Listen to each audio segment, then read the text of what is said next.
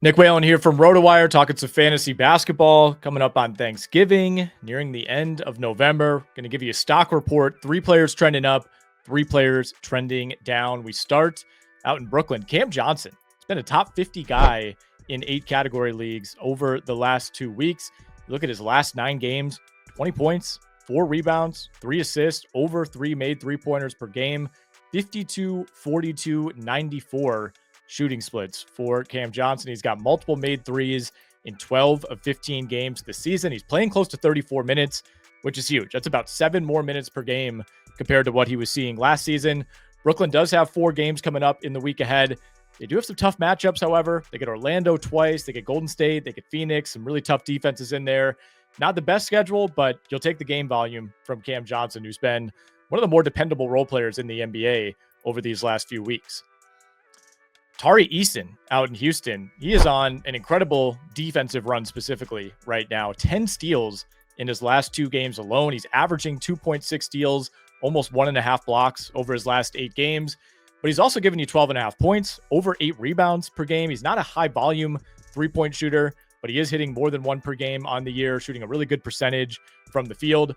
The Rockets are deep. The rotation could be unpredictable at times. It does feel like they have 1 or 2 too many guys. But it does feel like Jabari Smith is starting to fall out of favor, and for good reason. He's off to a really rough start. So Eason has earned his spot in the rotation. He's seeing north of 25 minutes on most nights, played 31 against Milwaukee recently, finished that game with 14 boards, 4 steals, and 3 blocks. So the more he continues to outplay Jabari Smith, the more we could see that workload start to tick up in the coming weeks. Down in Miami, Tyler Hero. Not necessarily a recent ascent from Hero. He's been good all season, but still warrants mentioning here. He's a top 25 guy in 8 category leagues over the last 2 weeks. Numbers are up across the board compared to last season. Scoring is up almost 4 points per game. He's still giving you the rebounds. He's giving you over 5 assists for the first time in his career. Now, you're not going to get anything defensively, which is fine because he's offsetting that by adding 4.5 made threes per game on nearly 10 attempts per game on the year. That's like 2 more per game than last season. We do have to keep in mind Hero is shooting 49% from the floor, 45% from 3. You look back at his previous year numbers, I don't think either of those are particularly sustainable, but realistically, I think he could settle in the 45-46% range from the field, maybe hover around 40% from 3. So even if there is a little bit of a pullback over these next couple of weeks, I mean, he's built a nice foundation over these first 15 games. Looking ahead, pretty nice schedule coming up for Hero and the Heat. They get 4 games next week against Milwaukee, Charlotte, Toronto, and Toronto again. Some very gettable defenses in that range. Keep in mind, too, I mean, Terry Rozier is banged up. He's just been really bad over the last couple of weeks. Butler, Jaquez, they've been banged up. Feels like they're always banged up. Hero is really the Heat's number 1 option right now. He's leading Miami in usage rate by a mile for the season. For a guy who was going in the 70s and 80s in a lot of drafts, he has been one of the best values of the year so far. All right, we're doing one more bonus one here. I said I was only going to do 3 players, but we can't not mention Jakob Poeltl, who is in the midst of maybe the best stretch of his entire career over the last week and a half.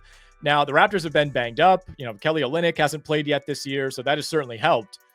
But Poeltl has been a monster over the last 3 games specifically. 30 points, 15 rebounds, 1.7 blocks, 1.3 steals per game, 72% from the field in that span. He put up 35 and 12 on the Celtics on 16 of 19 shooting last week.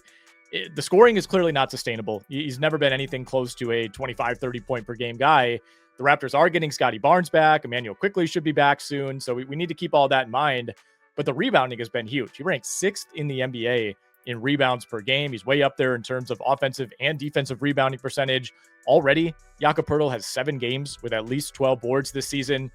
We'll see how the rotation shakes out once Kelly Olynyk is healthy, but we have no idea when that will be. I mean, the Raptors are just telling us he's out indefinitely, and it's already been over a month. So I don't know how long this can continue, but for the season, Jakob Poeltl is a top 40 fantasy player in 8 cat leagues. Huge ROI already for a guy who is going around and oftentimes after pick 100. All right, now for the not so fun part. Handful of players who are trending down over the last couple of weeks. Tyrese Haliburton, man, I have no idea what's going on, frankly, with Haliburton. Looked like he was on the ascension to true superstardom all of last season. Got off to a slow start. Looked like he had righted the ship for a week or so. Had a few more off games. Then had that huge game and a win over the Knicks earlier this month. Ever since then, he's hit the skids once again. I mean, last 5 games, we're talking 12.5 points, 8.8 assists, which is fine. He's still giving you the assist, if nothing else, but it hasn't been at the same volume as last year. 1.2 steals, shooting 30% from the field, 31% from beyond the arc in those last 5 games. A lot of it comes down to the struggles from beyond the arc. I mean, over 55% of his field goal attempts are coming from 3. So if he's shooting 30% from 3-point range, it's going to tank his field goal percentage by default. He's actually finishing at the rim at a higher rate than he was last season, but only 8% of his attempts are coming in that range. That's about half of what we saw last season. Now, obviously, you're not benching Haliburton in fantasy leagues. It's difficult to trade him right now when his value is at its absolute lowest. I think you have no choice but to kind of just ride it out. I'm holding out some optimism that he'll get it turned around at some point, but this has been a really disappointing and really concerning start for Tyrese Haliburton. He's coming off of scoring just 4 points in 30 minutes on only 7 shots in the Pacers' loss to Houston on Wednesday. Next up on the list, one of my biggest FOMO players coming into the year, Dennis Schroder. Got him in a couple of leagues, but was hoping to land him in more. Schroder got off to a great start, 20-plus points in 4 of his first 5 games. First 10 games of the year, he was giving you 20 points, 6.6 assists, 1.5 steals, 49% from the field, over 3 threes per game at a 46% clip. We knew the 3-point shooting would not be sustainable, but he's really regressed in a big way these last couple of weeks. Over the last 5 games, Schroder has not scored more than 16 points. The assists have still been there, which is good. You can bank on that, but the steals are going to be very hit or miss. We're starting to see that shooting regression hit in a big way.